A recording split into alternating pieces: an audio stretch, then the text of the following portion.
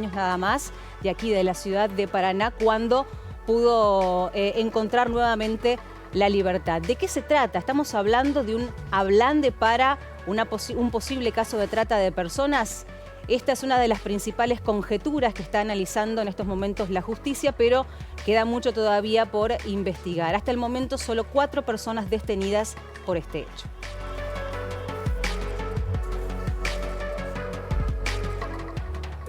Y para charlar también y para tener más información al respecto, sobre todo de las novedades de la causa y cuáles son las acciones que lleva adelante la División de Trata de Personas aquí en la provincia de Entre Ríos, es que ya está aquí en compañía de Telediario Silvina Calveira, que le agradecemos por supuesto por su tiempo y por el análisis que siempre hace respecto de estas situaciones. Gracias por estar acá. No, gracias a ustedes.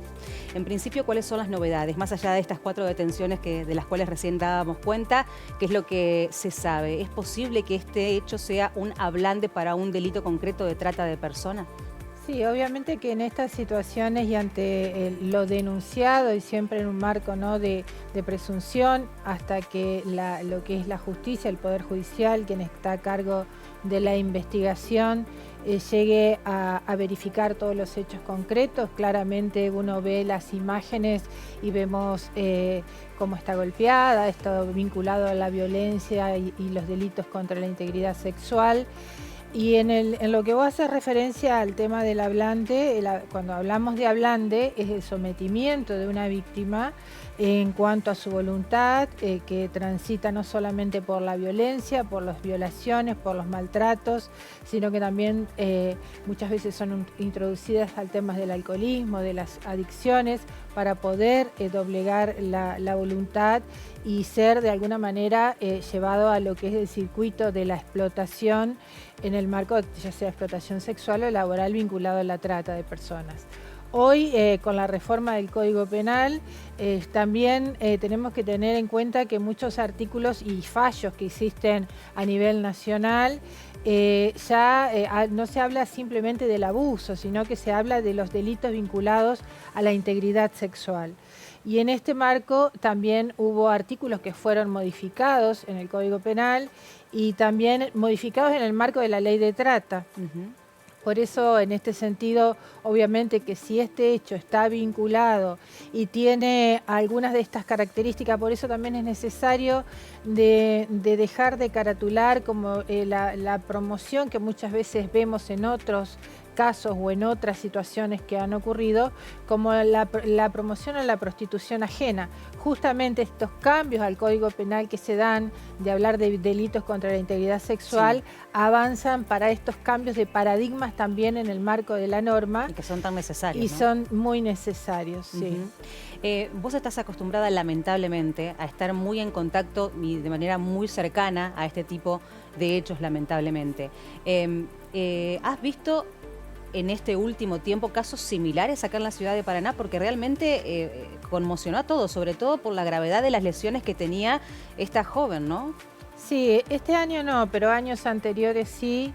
Incluso hubo una situación que recuerdo que hasta el día de hoy acompaño a esa mujer que fue rodeada como se los rodea a los animales, con electricidad y encerrada en una habitación. Es decir, ha habido situaciones muy de características parecidas y vinculadas en este marco, ¿no?, de esta violencia extrema. ¿Por qué, si se está investigando un posible delito vinculado a la trata de personas, esto aún no está dentro de la órbita del fuero federal? Yo entiendo que, bueno, que quien está a cargo de la investigación, la fiscal y jueces que llevan a cargo la intervención, fundamentalmente tendrán que dilucidar esta fase que es el delito de la trata. Tiene fases que parten de la captación, el traslado, el acogimiento y la recepción en un lugar, procediendo al ablande para la futura explotación y la comercialización de los seres humanos. Normalmente hoy día, con los fallos que hay, no es necesario que se cumplan todas las fases en este proceso, como marca la ley 26364 y la modificatoria la 26842, sino con que haya un proceso de captación que haya un sometimiento y el ablande con una finalidad, aunque no se haya llegado a la explotación, ya hay un viso de lo que es la trata de personas y estarán en condiciones, entiendo que si la investigación apunta hacia ese delito, a declarar su incompetencia y que pase a los fueros federales. Desde el lado de quienes intervinieron en este caso como delincuentes, como los captores y los agresores y demás, es habitual, dadas las características del caso, que haya la participación de varias personas que intervienen en el secuestro y posterior ablande, entre comillas, por expresarlo de alguna manera. Estas características estarían prácticamente dadas todas ellas en este caso particular. También está en el tema de la investigación, esto de que si eran no conocidos, no eran conocidas las personas, una serie, un entorno, un contexto que será la fiscal, mucho uno no puede dar información también por no entorpecer una causa o una investigación, pero siempre que hablamos del delito de la trata de personas no hablamos de un solo actor, sino hablamos de una multiplicidad de actores que muchas veces intervienen y actúan en red, muy articuladamente, y que van también cambiando los modus operandi a medida que quienes estamos en el combate del delito vamos conociendo las modalidades y cómo la van transmutando, ¿no? Esta es una de las últimas modalidades que se están implementando, por lo menos aquí en territorio provincial. ¿Qué es lo que podés expresar al respecto? Sí, a nivel, incluso en épocas de pandemia, nosotros creemos que no es casual, sino que es causal. El delito del grooming aumentó en un 45% como método de captación,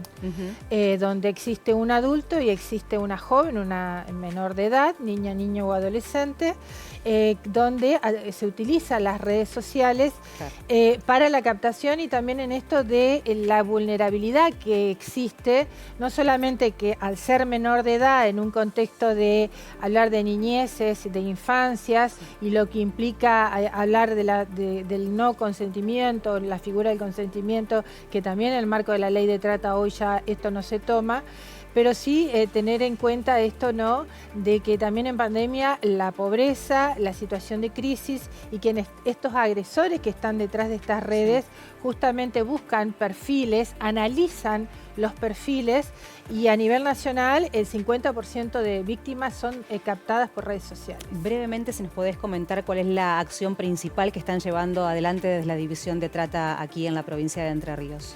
Sí, en el accionar, fundamentalmente en esta situación, fue la División de Trata de Personas, que fue oficiada por quienes, la justicia, por quienes están interviniendo, a la hora de acudir al domicilio y poder de alguna manera tomar contacto con la persona que estaba en ese lugar, esta joven mujer, y que incluso no había un pedido de localización hecho.